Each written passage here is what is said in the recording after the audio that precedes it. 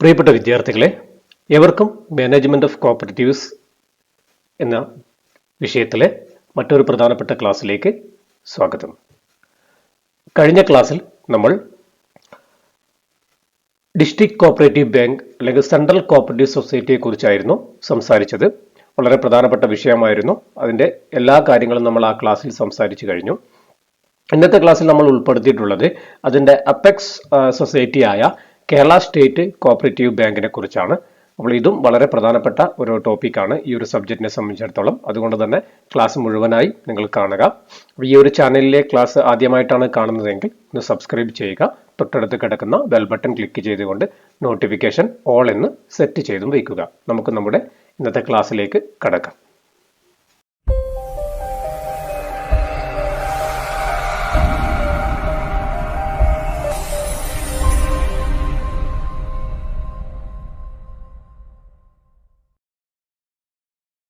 അപ്പോൾ ഞാൻ നേരത്തെ പറഞ്ഞ പോലെ തന്നെ നമ്മുടെ ഇന്നത്തെ ടോപ്പിക് എന്ന് പറയുന്നത് സ്റ്റേറ്റ് കോപ്പറേറ്റീവ് ബാങ്കാണ്. കേരള സ്റ്റേറ്റ് കോപ്പറേറ്റീവ് ബാങ്ക് എന്നുള്ളതാണ്.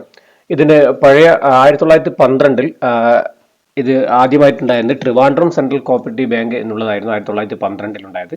പിന്നീട് ഒരുപാട് 1943 ആകുമ്പോഴൊക്കെ അതിൻ്റെ ഒരുപാട് പേരുകൾ മാറ്റം വരികയും പിന്നീട് അത് ട്രാവൻകൂർ കൊച്ചിൻ സ്റ്റേറ്റ് ബാങ്ക് എന്നൊക്കെ റീഓർഗനൈസ്ഡ് ചെയ്യുകയും ചെയ്തു. പിന്നെ അറ്റ് പ്രസന്റ് ഇന്ന് കാണുന്ന കേരള സ്റ്റേറ്റ് കോപ്പറേറ്റീവ് ബാങ്ക് ആവുന്നത് 1956 നവംബർ 1 അത് കേരള സ്റ്റേറ്റ് കോപ്പറേറ്റീവ് ബാങ്ക് ആയിട്ട് മാറുന്നത്. ഓക്കെ, അപ്പോൾ ഇതൊരു സംസ്ഥാനത്തിലെ കോപ്പറേറ്റീവ് സൊസൈറ്റികളുടെ അപ്പെക്സ് സൊസൈറ്റിയാണ് ഈ തരത്തിലുള്ള കേരള സ്റ്റേറ്റ് കോപ്പറേറ്റീവ് ബാങ്ക് എന്ന് പറയുന്നത്. ഇതാണ് ടോപ്പ് ലെവലുള്ള ഒരു സൊസൈറ്റിയാണ് കേരള സ്റ്റേറ്റ് കോപ്പറേറ്റീവ് ബാങ്ക് എന്ന് പറയുന്നത്.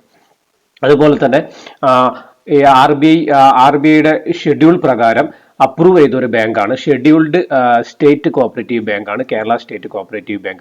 ആദ്യമായിട്ട് ഇങ്ങനെ ഒരു അപ്രൂവൽ കിട്ടിയ ബാങ്കാണ് കേരള സ്റ്റേറ്റ് കോപ്പറേറ്റീവ് ബാങ്ക്. അതിനുശേഷം അത് ഷെഡ്യൂൾഡ് സ്റ്റേറ്റ് കോപ്പറേറ്റീവ് ബാങ്ക് എന്നും അറിയപ്പെടുകയും ഉണ്ടായി. അതുപോലെ തന്നെ ഇന്ത്യയിൽ തന്നെ ആദ്യമായിട്ട് ഈ പറയുന്ന സെക്കൻഡ് ഷെഡ്യൂളിൽ വന്ന ബാങ്കായിരുന്നു കേരള സ്റ്റേറ്റ് കോപ്പറേറ്റീവ് ബാങ്ക് എന്നുള്ളത്. അതുകൊണ്ട് തന്നെ കേരളത്തെ സംബന്ധിച്ചിടത്തോളം അല്ല, ഇന്ത്യയെ സംബന്ധിച്ചിടത്തോളം എല്ലാവർക്കും കോപ്പറേറ്റീവ് മേഖലയിൽ ഒരു മോഡലാക്കി മാറ്റാവുന്ന ഒരു ബാങ്കായിട്ട് കേരള സ്റ്റേറ്റ് കോപ്പറേറ്റീവ് ബാങ്ക് മാറുകയും ചെയ്തു. അപ്പോൾ ഇത്രയും കാര്യങ്ങളാണ് ഇതുമായിട്ട് ബന്ധപ്പെടുത്തിയിട്ട് നമുക്ക് പറയാനുള്ളത്. ഇതാണ് ഫസ്റ്റ് അപ്പെക്സ് കോപ്പറേറ്റീവ് ബാങ്കിന്റെ കോപ്പറേറ്റീവ് ബാങ്കിങ് സെക്ടർ ഈ RBIയിൽ അപ്രൂവ് ചെയ്ത അല്ലെങ്കിൽ ഷെഡ്യൂൾ ചെയ്ത ഫസ്റ്റ് അപ്പെക്സ് കോപ്പറേറ്റീവ് സൊസൈറ്റി ബാങ്കാണ് കേരള സ്റ്റേറ്റ് കോപ്പറേറ്റീവ് ബാങ്ക് എന്ന് പറയുന്നത്. അപ്പോൾ നമ്മൾക്കറിയാം ഇതിൻ്റെ ഹെഡ്ക്വാർട്ടേഴ്സ് എവിടെയാണെന്നൊക്കെ നമുക്ക് ഇപ്പോൾ അതിൽ നിന്ന് അറിയാം. തിരുവനന്തപുരമാണ് ഇതിൻ്റെ ഹെഡ്ക്വാർട്ടേഴ്സ് എന്നൊക്കെ പറയുന്നത്. ഓക്കെ, നമുക്ക് അതിൻ്റെ വിശദമായ കാര്യങ്ങളിലേക്ക് പോകാം. Top of the cooperative credit structure in the state, നമ്മുടെ സംസ്ഥാനത്തെ ഏറ്റവും ടോപ്പിൽ നിൽക്കുന്ന, ഞാൻ പറഞ്ഞു ഒരു കോപ്പറേറ്റീവ് സ്ഥാപനങ്ങളെ സംബന്ധിച്ചിടത്തോളം 3 ടയർ സ്ട്രക്ചറാണ്. ഒന്ന് bottom level primary cooperative society, then middle level district cooperative bank or central cooperative society, then bottom level top level state cooperative bank or Kerala state cooperative bank. അതുകൊണ്ട് തന്നെ it is the top of the cooperative credit structure in the state ആണ് എന്ന് നമുക്ക് പറയാം. Then it is an apex credit society. ഞാൻ പറഞ്ഞു it is a financing society to the district cooperative bank അല്ലെങ്കിൽ central cooperative society. അവരുടെ financing society ആയിട്ടാണ് ഇത് പ്രവർത്തിക്കുന്നത്. it is a last resort of it is a നമ്മൾ സാധാരണ RBIയിലെ കേസിൽ പറയുന്ന പോലെ തന്നെ ഇതിനെ നമുക്ക് എന്ത് പറയാം, last resort to the DCB എന്ന് പറയാം. അതായത് ഫൈനാൻസ് ആക്ടിവിറ്റിയുമായി ബന്ധപ്പെടുത്തിയിട്ട് ഫൈനാൻഷ്യൽ ഹെൽപ്പുമായിട്ട് ബന്ധപ്പെടുത്തിയിട്ട് ഡിസ്ട്രിക്ട് കോപ്പറേറ്റീവ് ബാങ്കിന്റെ ലാസ്റ്റ് റിസോർട്ടായിട്ടാണ് സ്റ്റേറ്റ് കോപ്പറേറ്റീവ് ബാങ്കിനെ കണക്കാക്കുന്നത്. Okay, lender of last resort എന്ന് നമുക്ക് ഇതിനെ പറയാൻ വേണ്ടി സാധിക്കുകയും ചെയ്യും. അതുപോലെ തന്നെ it is a apex credit സൊസൈറ്റിയാണ്. Coordinate and control the working of central cooperative bank. ഇതിന്റെ കീഴിലുള്ള 14 ജില്ലകളിൽ പ്രവർത്തിക്കുന്ന സെൻട്രൽ കോപ്പറേറ്റീവ് ബാങ്കിനെ അല്ലെങ്കിൽ ഡിസ്ട്രിക്ട് കോപ്പറേറ്റീവ് ബാങ്കിനെ കോർഡിനേറ്റ് ചെയ്യുന്നതും കൺട്രോൾ ചെയ്യുന്നതും ഈ സ്റ്റേറ്റ് കോപ്പറേറ്റീവ് ബാങ്കാണ്. അവിടെയൊക്കെ ഒരു അപ്പെക്സ് സൊസൈറ്റി ആയിട്ടാണ് ഇത് പ്രവർത്തിക്കുന്നത്. അവിടെ എല്ലാ തരത്തിലുള്ള പ്രവർത്തനങ്ങളെയും കോർഡിനേറ്റ് ചെയ്യുകയും അതിനെ കൺട്രോൾ ചെയ്യുകയും ചെയ്യുന്നത്, അതിന്റെ വർക്കിങ്ങിനെ കൺട്രോൾ ചെയ്യുകയും കോർഡിനേറ്റ് ചെയ്യുകയും ചെയ്യുന്നത് ഈ സ്റ്റേറ്റ് കോപ്പറേറ്റീവ് ബാങ്കാണ്. Then it is a financing bank of Central Cooperative Bank and stand for the overall development of the cooperative credit movement in the state. അപ്പോൾ cooperative credit movement in the സ്റ്റേറ്റിന്റെ ഡെവലപ്മെന്റിന് overall ഡെവലപ്മെന്റിന് വേണ്ടി ഏറ്റവും കൂടുതൽ പ്രവർത്തിക്കുന്ന സൊസൈറ്റിയാണ് കേരള സ്റ്റേറ്റ് കോപ്പറേറ്റീവ് ബാങ്ക് എന്ന് പറയുന്നത്. ഇത് സെൻട്രൽ കോപ്പറേറ്റീവ് ബാങ്കിനെ സംബന്ധിച്ചിടത്തോളം അല്ലെങ്കിൽ ഡിസ്ട്രിക്ട് കോപ്പറേറ്റീവ് ബാങ്കിനെ സംബന്ധിച്ചിടത്തോളം അവരുടെ ഒരു ഫിനാൻസിങ് ബാങ്ക് ആയിട്ടാണ് ഇത് പ്രവർത്തിക്കുന്നത്, അല്ലെങ്കിൽ ലെൻഡർ ഓഫ് ലാസ്റ്റ് റിസോർട്ട് ആയിട്ടാണ് ഇത് പ്രവർത്തിക്കുന്നത്. അതുകൊണ്ട് തന്നെ ഒരു സംസ്ഥാനത്തിലെ കോപ്പറേറ്റീവ് മേഖലയിലുള്ള എല്ലാ തരത്തിലുള്ള ഡെവലപ്മെന്റും ആരിലൂടെയാണ് നടക്കുന്നത്? ഈ തരത്തിലുള്ള കേരള സ്റ്റേറ്റ് കോപ്പറേറ്റീവ് ബാങ്കിലൂടെയാണ് നടക്കുന്നത് എന്ന് പറയാം. അപ്പോൾ ഇതൊരു അപ്പെക്സ് സൊസൈറ്റിയാണ്. എല്ലാ സംസ്ഥാനത്തും ഇത്തരത്തിലുള്ള സ്റ്റേറ്റ് കോപ്പറേറ്റീവ് ബാങ്കുകൾ ഉണ്ട്. അപ്പോൾ കേരളത്തിന്റെ കേരള സ്റ്റേറ്റ് കോപ്പറേറ്റീവ് ബാങ്ക് ആണ് 1956 നവംബർ 1 ഇത് അതിൻ്റെതായ രീതിയിലേക്ക് റീകോൺസ്റ്റിറ്റ്യൂട്ട് ചെയ്തത്. ഓക്കെ, ഇതുമാണ് ആമുഖമായിട്ട് ഈ ഒരു സൊസൈറ്റിയെ കുറിച്ച് പറയാനുള്ളത്. ബാക്കിയൊക്കെ നിങ്ങൾക്ക് സാധാരണ കോപ്പറേറ്റീവിന്റെ ഫങ്ഷൻസ് ഒക്കെ നിങ്ങൾക്ക് അറിയാവുന്നതാണ്. Then Kerala state cooperative bank. അപ്പോൾ 1900 കേരള സ്റ്റേറ്റ് കോപ്പറേറ്റീവ് ബാങ്ക്. അപ്പോൾ സ്റ്റേറ്റ് കോപ്പറേറ്റീവ് ബാങ്കാണ് നമ്മൾ ആദ്യം പറഞ്ഞത്. ഇത് ഓരോ സംസ്ഥാനത്തും ഓരോ സ്റ്റേറ്റ് കോപ്പറേറ്റീവ് ബാങ്ക് ഉണ്ട്. എന്നത് കേരള സ്റ്റേറ്റ് കോപ്പറേറ്റീവ് ബാങ്ക് എപ്പോഴാണ് ആയതെന്നൊക്കെ ഞാൻ വളരെ കൃത്യമായി തന്നെ രീതിയിൽ പറഞ്ഞു കഴിഞ്ഞു. ആദ്യം 1912 ആക്ട് പ്രകാരം 1943 ട്രാവൻകൂർ സെൻട്രൽ കോപ്പറേറ്റീവ് ബാങ്ക് എന്നുള്ള ഒരു ബാങ്ക് ആയിരുന്നു ഉണ്ടായിരുന്നത്. അത് പിന്നീട് അത് Travancore Cochin state cooperative bank എന്നുള്ള ബാങ്കിലേക്ക് അത് റീനെയിം ചെയ്തു. അതിൽ നിന്നാണ് 1 November 1956 the bank was reconstitute as A Kerala state cooperative bank. അതിൽ നിന്നാണ് 1956 നവംബർ 1 ഈ ബാങ്കിന് റീകോൺസ്റ്റിറ്റ്യൂട്ട് ചെയ്യുകയും അതൊരു ഫസ്റ്റ് കോപ്പറേറ്റീവ്, അതായത് കേരള സ്റ്റേറ്റ് കോപ്പറേറ്റീവ് ബാങ്ക് ആയിട്ട് മാറ്റുകയും ചെയ്തു. ഇതാണ് RBIയിൽ കീഴിലുള്ള ഷെഡ്യൂൾ ചെയ്ത ആദ്യത്തെ കോപ്പറേറ്റീവ് ബാങ്ക് ഇന്ത്യയിൽ തന്നെ. ഇന്ത്യയിലെ കോപ്പറേറ്റീവ് മേഖലയ്ക്ക് ഒരു മോഡലാക്കാൻ പറ്റുന്ന ബാങ്കാണ് കേരള സ്റ്റേറ്റ് കോപ്പറേറ്റീവ് ബാങ്ക് എന്നൊക്കെ പറഞ്ഞു.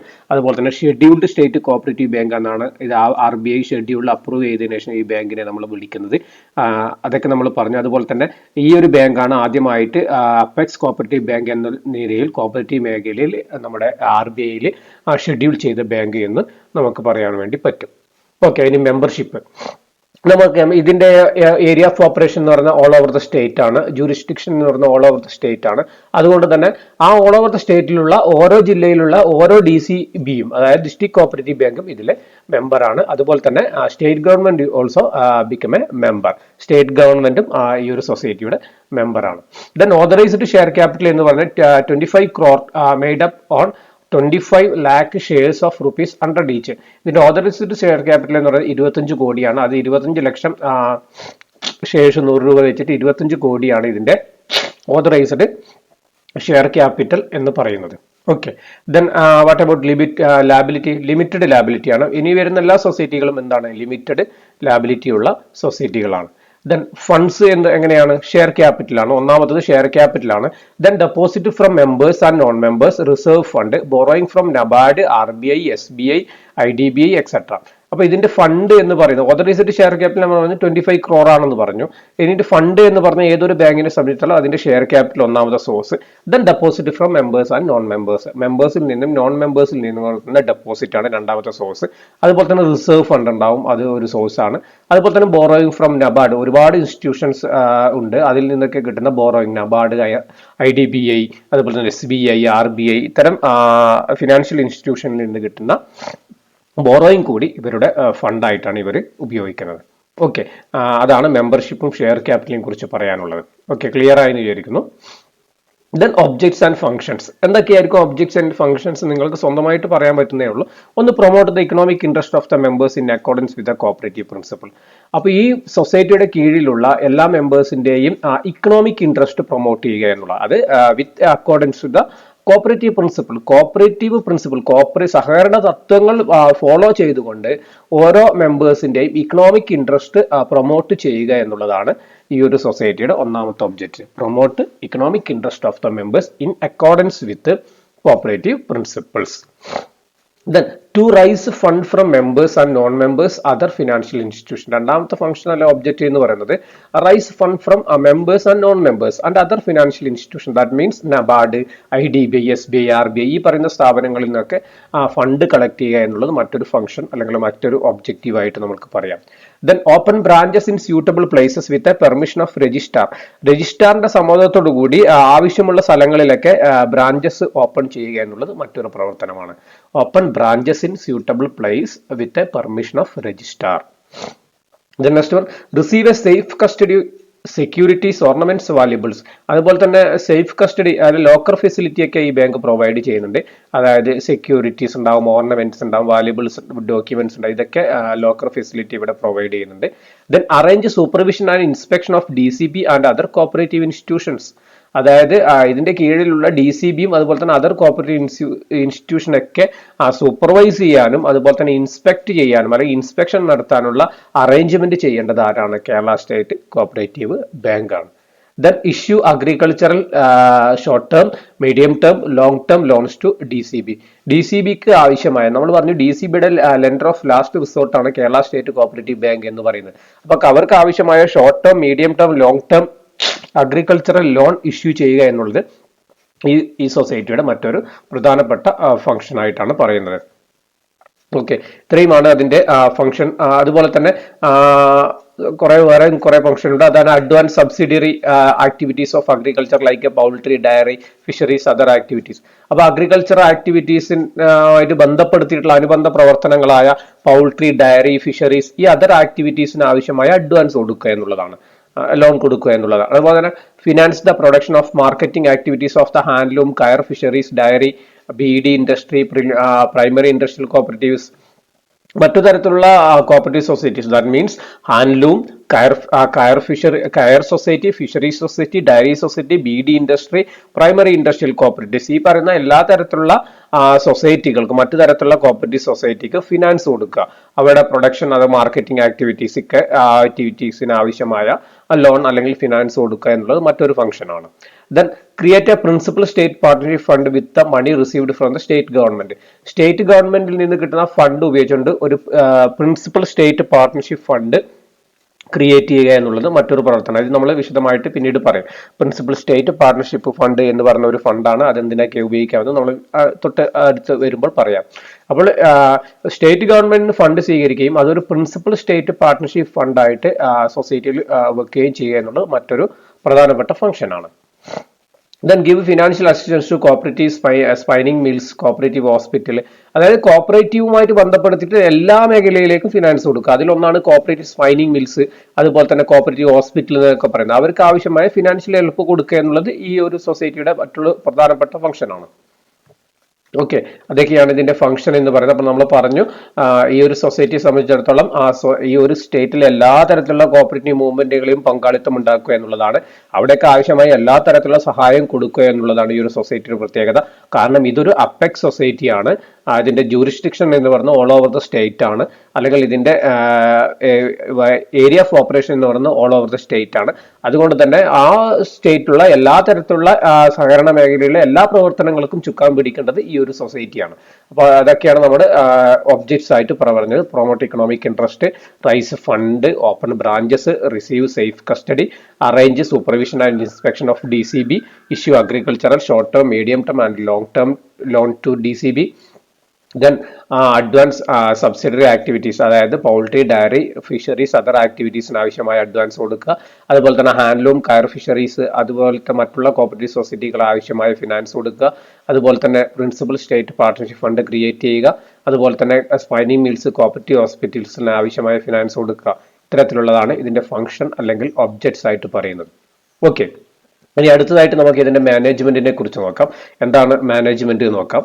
അപ്പോൾ നമ്മൾക്കറിയാം ഏതൊരു കോപ്പറേറ്റീവ് സൊസൈറ്റിയുടെയും സുപ്രീം അതോറിറ്റി എന്ന് പറഞ്ഞാൽ ജനറൽ ബോഡിയാണ്. General body is the supreme authority. General body include directors of DCB, ex officio directors nominated by the government. General ബോഡിയിൽ ആരൊക്കെ ഉണ്ടാവും? ഈ പറയുന്ന ഡയറക്ടേഴ്സ് ഓഫ് DCB, ഓരോ DCBയുടെ ഡയറക്ടേഴ്സ് ഉണ്ടാവും. അതുപോലെ തന്നെ ഗവൺമെന്റ് നോമിനേറ്റ് ചെയ്യുന്ന ഡയറക്ടേഴ്സും, ex officio directors nominated by the government nominate ചെയ്യുന്ന ആൾക്കാരും കൂടി ഉണ്ടാവും. Then board of directors representative of DCB at the rate of 1 from each bank for nominees of, അതായത് എന്നിട്ട് അതിൽ നിന്ന് ഈ ജനറൽ ബോഡിയിൽ നിന്ന് ഒരു ബോർഡ് ഓഫ് ഡയറക്ടേഴ്സ് ക്രിയേറ്റ് ചെയ്യും. ആ ബോർഡ് ഓഫ് ഡയറക്ടേഴ്സ് എന്ന് പറയുന്ന ഓരോ DCBയിൽ നിന്നും ഓരോ വ്യക്തികളുണ്ടാവും. ഓരോ ഡിസ്ട്രിക്ട് കോപ്പറേറ്റീവ് ബാങ്കിൽ നിന്നും ഓരോ വ്യക്തികളുണ്ടാവും റെപ്രസെന്റേറ്റീവ് ആയിട്ട്. അതുപോലെ തന്നെ 4 nominees of the state government, 4 nominee state ഗവൺമെന്റിന്റെ ഭാഗത്തു നിന്നുണ്ടാവും. അതിൽ 3 ഒഫീഷ്യൽസും 1 നോൺ ഒഫീഷ്യലും. അതിൽ 3 ഒഫീഷ്യൽസ് ആയിരിക്കും, ഒരാൾ നോൺ ഒഫീഷ്യൽസ് ആയിരിക്കും. അപ്പോൾ എത്ര പേരായി? അതായത് ഓരോ ജില്ലയിൽ നിന്നുള്ള ഡിസ്ട്രിക്ട് കോപ്പറേറ്റീവ് ബാങ്കിന്റെ ഓരോ വ്യക്തികളും, അതുപോലെ തന്നെ 4 നോമിനി സ്റ്റേറ്റ് ഗവൺമെന്റിന്റെതും, അതുപോലെ തന്നെ register of cooperative society, managing director of the bank, അതുപോലെ തന്നെ രജിസ്ട്രാർ ഉണ്ടാവും, കോപ്പറേറ്റീവ് സൊസൈറ്റി രജിസ്ട്രാറും, അതുപോലെ തന്നെ managing director of the bank. ഈ ഒരു കേരള സ്റ്റേറ്റ് കോപ്പറേറ്റീവ് ബാങ്കിന്റെ മാനേജിംഗ് ഡയറക്ടറും കൂടി ബോർഡ് ഓഫ് ഡയറക്ടേഴ്സിൽ അംഗമാണ്.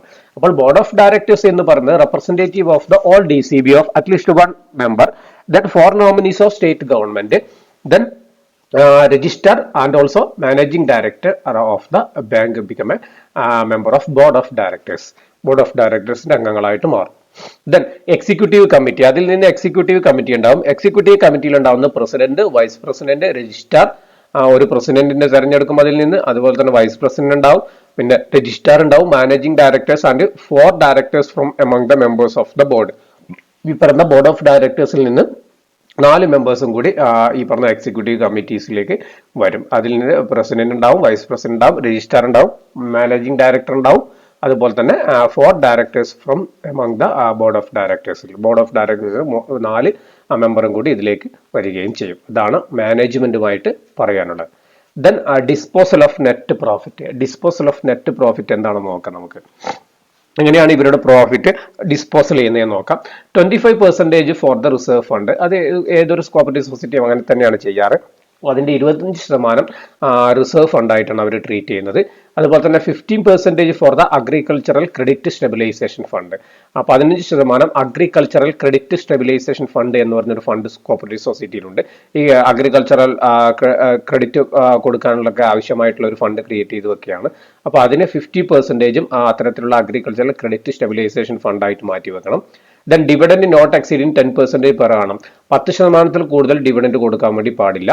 Then cooperative education fund as per rules. ബൈലോയിൽ പ്രകാരം കോപ്പറേറ്റീവ് എഡ്യൂക്കേഷൻ ഫണ്ട് എത്രയാണ് പറഞ്ഞത് അതിനനുസരിച്ച് അത് കൊടുക്കുക.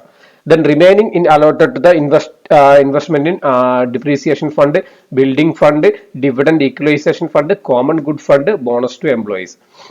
ഇനി 25%, 15%, 10% കൂടാതെ ഉള്ള ഡിവിഡൻഡ് കൊടുത്തതിന് ശേഷം ബാക്കി, അതുപോലെ തന്നെ കോപ്പറേറ്റീവ് എഡ്യൂക്കേഷൻ ഫണ്ട്, ഈ പറഞ്ഞ പ്രൊഫഷണൽ എഡ്യൂക്കേഷൻ ഫണ്ട്, ഈ പറഞ്ഞ ഫണ്ടൊക്കെ ക്രിയേറ്റ് ചെയ്യുന്നതിന് റൂൾസിന് അവിടെ ബൈലോയിൽ എന്താണ് പറയുന്നത് അതിനനുസരിച്ച് ക്രിയേറ്റ് ചെയ്തതിന് ശേഷം ബാക്കി വരുന്നത് ഈ പറഞ്ഞ depreciation fund, building fund, dividend equalisation fund, ഈ പറഞ്ഞ ഫണ്ടൊക്കെ ക്രിയേറ്റ് ചെയ്യാനും വേണ്ടി ഉപയോഗിക്കാവുന്നതാണ്. ഓക്കെ, ഇതാണ് ഇത്തരത്തിലുള്ള ഡിസ്പോസൽ ഓഫ് നെറ്റ് പ്രോഫിറ്റുമായി ബന്ധപ്പെടുത്തിയിട്ട് കേരള സ്റ്റേറ്റ് കോപ്പറേറ്റീവ് ബാങ്കിനെ കുറിച്ച് പറയാനുള്ളത്. അടുത്തതായിട്ട് നമുക്ക് പറയാനുള്ളത് ടോപ്പിക് എന്ന് പറഞ്ഞാൽ national federation of state cooperative bank. National federation of state cooperative bank, NAFSCOB എന്നുള്ളതാണ് ഇതിന്റെ short. National federation of state cooperative bank. ഈ പേര് പറയുന്ന പോലെ തന്നെ it is a federation of all state cooperative banks in India. നമ്മുടെ ഇന്ത്യയിലെ എല്ലാ സ്റ്റേറ്റ് കോപ്പറേറ്റീവ് ബാങ്കിന്റെ ഒരു ഫെഡറേഷനാണ്, ഒരു അസോസിയേഷനാണ് national federation of state cooperative bank എന്ന് പറയുന്നത്. 1964 ഇത് വന്നതെന്നൊക്കെ നമുക്ക് 1964 ഇത് രജിസ്റ്റർ ചെയ്ത് അല്ലെങ്കിൽ ഫോം ചെയ്ത് എന്ന് പറയാം. അപ്പോൾ നമുക്ക് നോക്കാം വിശദമായിട്ട്. In July 1964, the bank was formed with a headquarters at Bombay. ബോംബെയിലാണ് ഈ ഒരു ബാങ്കിന്റെ ഹെഡ്ക്വാർട്ടേഴ്സ് എന്ന് പറഞ്ഞത്. അപ്പോൾ it is national federation of state cooperative bank. അപ്പോൾ ഈ ഒരു നമ്മുടെ രാജ്യത്തെ എല്ലാ സംസ്ഥാനത്തെയും കോപ്പറേറ്റീവ് ബാങ്കുകളുടെ, അതായത് സ്റ്റേറ്റ് കോപ്പറേറ്റീവ് ബാങ്കുകളുടെ ഒരു ഫെഡറേഷനാണ് ഈ national federation of state cooperative bank എന്ന് പറയുന്നത്. 1964 ഈ ബാങ്ക് ഫോം ചെയ്ത് രജിസ്റ്റർ ചെയ്തത്. ഇതിന്റെ ഹെഡ്ക്വാർട്ടേഴ്സ് എന്ന് പറയുന്നത് ബോംബെയിലാണ്, അതായത് മുംബൈയിലാണ് headquarters എന്ന് പറയുന്നത്. To provide a common forum for discussing the technical and practical problems relating to the apex cooperative bank, decide ways and means to solve them. ഇതിന്റെ പ്രധാനപ്പെട്ട പർപ്പസ് എന്ന് പറയുന്നത്, ഈ ഒരു ബാങ്ക് ഫോം ചെയ്യാനുള്ള പ്രധാനപ്പെട്ട പർപ്പസ് എന്ന് പറയുന്നത് to provide common platform for the discussing the technical and practical problems relating to the all state cooperative bank. ഇപ്പൊ ഇന്ത്യയിലെ എല്ലാ സ്റ്റേറ്റ് കോപ്പറേറ്റീവ് ബാങ്കുകളും ഫേസ് ചെയ്യുന്ന ടെക്നിക്കൽ ആൻഡ് പ്രാക്ടിക്കൽ പ്രോബ്ലംസ് അവർക്ക് ചർച്ച ചെയ്യുവാനും അതിന്റെ സൊല്യൂഷൻ കണ്ടെത്താനുള്ള ഒരു കോമൺ പ്ലാറ്റ്ഫോം ക്രിയേറ്റ് ചെയ്യുക എന്നുള്ളതായിരുന്നു ഈ ഒരു ബാങ്കിന്റെ ഉദ്ദേശം എന്ന് പറയുന്നത്. അങ്ങനെയാണ് ഈ ഒരു ബാങ്ക് നിലവിൽ വന്നത്. അതുകൊണ്ട് തന്നെ ഇതൊരു കോമൺ പ്ലാറ്റ്ഫോം ആണ്. ഈ പറയുന്ന എല്ലാ കാര്യങ്ങളും ഈ പറഞ്ഞ സംസ്ഥാന സഹകരണ ബാങ്കുകൾക്ക് അവരുടെ എല്ലാ പ്രശ്നങ്ങളും അവരുടെ എല്ലാ കാര്യങ്ങളും ചർച്ച ചെയ്യുവാനും അതിനുള്ള തീരുമാനങ്ങൾ എടുക്കുവാനും അതിനുള്ള സൊല്യൂഷൻ കണ്ടെത്താനുള്ള ഒരു കോമൺ പ്ലാറ്റ്ഫോം ആയിട്ടാണ് ഈ ഒരു ബാങ്ക് നിലവിൽ വന്നത്. അതുകൊണ്ട് തന്നെ ഈ പറയുന്ന എല്ലാ അപ്പെക്സ് കോപ്പറേറ്റീവ് ബാങ്കിന്റെയും പ്രശ്നങ്ങൾ ഇവിടെ അവർക്ക് ചർച്ച ചെയ്യുകയും അതിനുള്ള സൊല്യൂഷൻ കണ്ടെത്തുകയും ചെയ്യുന്നു. അതൊരു അത്തരത്തിലുള്ള ഒരു ഫെഡറേഷനാണ് national federation of state cooperative bank എന്ന് പറയുന്ന bank. Okay, one of the major important achievement in this bank, All India Mutual Arrangement Scheme, AIMAS എന്ന് പറയുന്ന സ്കീം ഉണ്ടാക്കിയതാണ് ഈ ഒരു സൊസൈറ്റി അല്ലെങ്കിൽ ഈ ഒരു ബാങ്കിനെ സംബന്ധിച്ചിടത്തോളം മേജർ അച്ചീവ്മെന്റ് എന്ന് പറയുന്നത്. അതായത് all India mutual arrangement scheme എന്നുള്ളത്. അപ്പോൾ ഈ all India mutual arrangement scheme വന്നുകൊണ്ട് എന്താണ് ഗുണം എന്നുള്ളത് നമുക്ക് നോക്കാം. അതായത് സാധാരണ രീതിയിൽ the state cooperative bank do not have a branches in outside the state. നമുക്കറിയാം state cooperative bank, Kerala state cooperative bank എന്ന് പറയുന്നത് കേരളത്തിലാണ് അതിന്റെ ജൂറിസ്ഡിക്ഷൻ എന്ന് പറയുന്നത്. ഒരിക്കലും അവർക്ക് കർണാടകത്തിലോ അതുപോലെ തന്നെ തമിഴ്നാട്ടിലോ അവർക്ക് ബ്രാഞ്ചസ് ഓപ്പൺ ചെയ്യാൻ പറ്റുകയില്ല. അതുപോലെ തന്നെ അവിടെ നിന്നുള്ള ഡിമാൻഡ് ഡ്രാഫ്റ്റോ അല്ലെങ്കിൽ അവിടുന്ന് ഡെപ്പോസിറ്റ് കളക്ട് ചെയ്യാനോ അല്ലെങ്കിൽ അവിടെ ഈ പേയ്മെന്റ് നടത്തുവാനോ ഇത്തരത്തിൽ ഈ ഒരു സൊസൈറ്റിക്ക് പറ്റില്ല. കാരണം അവരുടെ ജൂറിസ്ഡിക്ഷൻ എന്ന് പറയുന്നത് ഒരു സംസ്ഥാനത്ത് മാത്രമാണ്. അപ്പൊ അങ്ങനെ ഒരു പ്രോബ്ലം അവർ വല്ലാതെ രീതിയിൽ ഫേസ് ചെയ്യുന്നുണ്ടായിരുന്നു. അവർക്ക് ഒരിക്കലും could not transfer their funds to place outside their jurisdiction. അവരുടെ ജൂറിസ്ഡിക്ഷന് പുറത്ത് അവർക്ക് ഫണ്ട് ട്രാൻസ്ഫർ ചെയ്യാൻ അവർക്ക് പറ്റുകയില്ലായിരുന്നു. സാധാരണ രീതിയിൽ അവരെന്താണ് ചെയ്യാറ്? മറ്റുള്ള കൊമേഴ്സ്യൽ ബാങ്കിനെ ഏൽപ്പിച്ചിട്ടാണ് അത്തരത്തിലുള്ള കാര്യങ്ങളൊക്കെ ചെയ്യാറ്. അത് വളരെയധികം ബുദ്ധിമുട്ടുള്ള ഒരു കാര്യവുമാണ്. പക്ഷേ ഈ all India mutual arrangement scheme വന്നതിന് ശേഷം ഈ ഒരു സ്കീമിൽ എല്ലാ സ്റ്റേറ്റ് കോപ്പറേറ്റീവ് ബാങ്കും ഇതിൽ പാർട്ടിസിപ്പേറ്റ് ചെയ്യുകയും ചെയ്തു. അതുവഴി എല്ലാ കോപ്പറേറ്റീവ് സ്റ്റേറ്റ് ബാങ്കുകൾക്കും അവർക്ക് അക്കൗണ്ട് ഓപ്പൺ ചെയ്യുവാൻ സാധിച്ചു.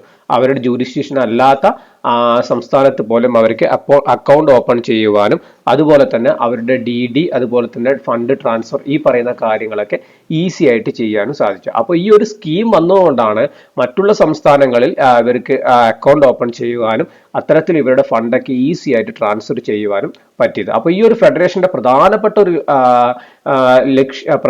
ഒരു അച്ചീവ്മെന്റ് എന്ന് പറയുന്നത് AIMAS ആണ്, all India mutual arrangement scheme എന്നുള്ളതാണ്. Then maintain contact with the central and state government. ഇവരെ എപ്പോഴും നിരന്തരമായിട്ട് സെൻട്രൽ ഗവൺമെന്റും സ്റ്റേറ്റ് ഗവൺമെന്റുമായിട്ട് കോൺടാക്ട് ചെയ്യുന്നുണ്ട് ഈ ഒരു നാഷണൽ ഫെഡറേഷൻ. അതുപോലെ തന്നെ ഈ പറയുന്ന other RBI, NABARD, SBI, NCD other national ഓർഗനൈസേഷനുമായിട്ട് എപ്പോഴും കോൺടാക്ട് ചെയ്യുകയും ചെയ്യുന്ന ഒരു ബാങ്കാണ് national federation of state cooperative bank എന്ന് പറയുന്ന ബാങ്ക്. ഓക്കെ, ഇതാണ് ഈ പറഞ്ഞ national federation of state cooperative bank എന്ന് പറയുന്നത്. ഇത് ഫോം ചെയ്ത് 1964 ഹെഡ്ക്വാർട്ടേഴ്സ് ബോംബെ ആണ്. എന്തിനാണ് ഇത് ഫോം ചെയ്തത്? For the purpose of providing common platform for the discussing their technical and practical problems relating to the apex state cooperative banks. ഇതിനു വേണ്ടിയിട്ടാണ് അവരുടെ മേജർ അച്ചീവ്മെന്റ് ആണ് all India mutual arrangement scheme എന്ന് പറയുന്നത്. ഓക്കെ, ഇനി മറ്റൊരു ഇതേ തരത്തിലുള്ള ഒരു ഫെഡറേഷൻ ആണ് national cooperative agricultural and rural development bank federation. അപ്പൊ ഇതിൽ നിന്ന് നമുക്ക് ഈ പേരിൽ തന്നെ അറിയാം, ഒരു അപ്പെക്സ് സൊസൈറ്റി ആണ്. അതായത് അഗ്രികൾച്ചറൽ ആൻഡ് റൂറൽ ഡെവലപ്മെന്റിന് വേണ്ടിയിട്ട് മാത്രമായിട്ട് നാഷണൽ ലെവലിൽ പ്രവർത്തിക്കുന്ന ഒരു അപ്പെക്സ് സൊസൈറ്റിയാണ് NCARDBF എന്ന് പറയുന്ന national cooperative agricultural and rural development bank federation. അപ്പോൾ എല്ലാ സംസ്ഥാനത്തിലുള്ള അഗ്രികൾച്ചറൽ ആൻഡ് റൂറൽ ഡെവലപ്മെന്റ് ബാങ്കിന്റെ ഒരു ഫെഡറേഷൻ ആയിട്ടാണ് ഈ national cooperative agricultural and rural development bank പ്രവർത്തിക്കുന്നതെന്ന് നമുക്ക് പറയാൻ വേണ്ടി പറ്റും. This institution constituted after diversification of activities of agriculture and rural development bank through out of this country. അതായത് അഗ്രികൾച്ചർ ആൻഡ് റൂറൽ ഡെവലപ്മെന്റ് ബാങ്കിന്റെ ആക്ടിവിറ്റീസ് ഡൈവേഴ്സിഫൈ ചെയ്യുവാനും അവിടെ activities എല്ലാ തരത്തിലും വ്യാപിപ്പിക്കുവാനും വേണ്ടിയിട്ടുള്ള അവർക്കൊരു കോമൺ പ്ലാറ്റ്ഫോം ആക്കിയിട്ടാണ് ഈ ഒരു ഫെഡറേഷൻ അവർ രജിസ്റ്റർ ചെയ്യുകയും ഫോം ചെയ്യുകയും ചെയ്തത്. ദെൻ ഇതിന്റെയും ഹെഡ്ക്വാർട്ടേഴ്സ് എന്ന് പറയുന്നത് നമ്മൾ ഈ പറഞ്ഞ മുംബൈയിലാണ് ഇതിന്റെയും ഹെഡ്ക്വാർട്ടേഴ്സ് എന്ന് പറയുന്നത്. Then state federations are the members of this organisation. ഈ സൊസൈറ്റിയുടെ മെമ്പേഴ്സ് എന്ന് പറഞ്ഞാൽ സ്റ്റേറ്റ് ലെവൽ ഫെഡറേഷൻ ആണ്. അതായത് agriculture and rural development bank state ലെവലിലുള്ളതൊക്കെയാണ് ഇതിന്റെ മെമ്പേഴ്സ് ആയിട്ട് പ്രവർത്തിക്കുന്നത്. അവരുടെ ഒരു അസോസിയേഷൻ ആയിട്ടാണ് ഈ ഒരു ബാങ്ക് പ്രവർത്തിക്കുന്നത്, അല്ലെങ്കിൽ ഈ ഒരു ഫെഡറേഷൻ പ്രവർത്തിക്കുന്നത്. It assumes the rule of promotion and supervision of state federation of agriculture development bank. സ്റ്റേറ്റിലുള്ള എല്ലാ അഗ്രികൾച്ചറൽ റൂറൽ ഡെവലപ്മെന്റ് ബാങ്കിന്റെ അവരുടെ പ്രൊമോഷനും അതുപോലെ തന്നെ അവരുടെ സൂപ്പർവിഷനുമാണ് ഈ ഒരു സൊസൈറ്റി അസ്യൂം ചെയ്യുന്ന റോൾ എന്ന് പറയുന്നത്. പ്രധാനപ്പെട്ട ഫംഗ്ഷൻ എന്ന് പറയുന്നത് എല്ലാ സ്റ്റേറ്റിലുള്ള അഗ്രികൾച്ചർ ആൻഡ് റൂറൽ ഡെവലപ്മെന്റ് ബാങ്കിന്റെ പ്രൊമോഷണൽ ആക്ടിവിറ്റീസും അതുപോലെ തന്നെ അവരുടെ ആക്ടിവിറ്റീസ് സൂപ്പർവൈസ് ചെയ്യുക എന്നുള്ളത്. അവിടെയൊക്കെ ഒരു അപ്പെക്സ് സൊസൈറ്റി ആയിട്ടാണ് ഈ ഒരു സൊസൈറ്റി പ്രവർത്തിക്കുകയും ചെയ്യുന്നത്. ഹെഡ്ക്വാർട്ടേഴ്സ് മുംബൈയിലുമാണ്.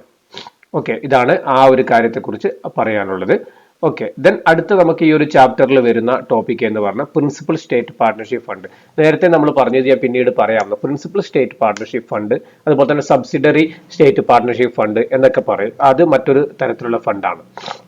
അപ്പോൾ പ്രിൻസിപ്പൽ സ്റ്റേറ്റ് പാർട്ണർഷിപ്പ് ഫണ്ട് എന്ന് പറഞ്ഞു കഴിഞ്ഞാൽ the state cooperative bank maintains a principal state partnership fund with a money received from the state government.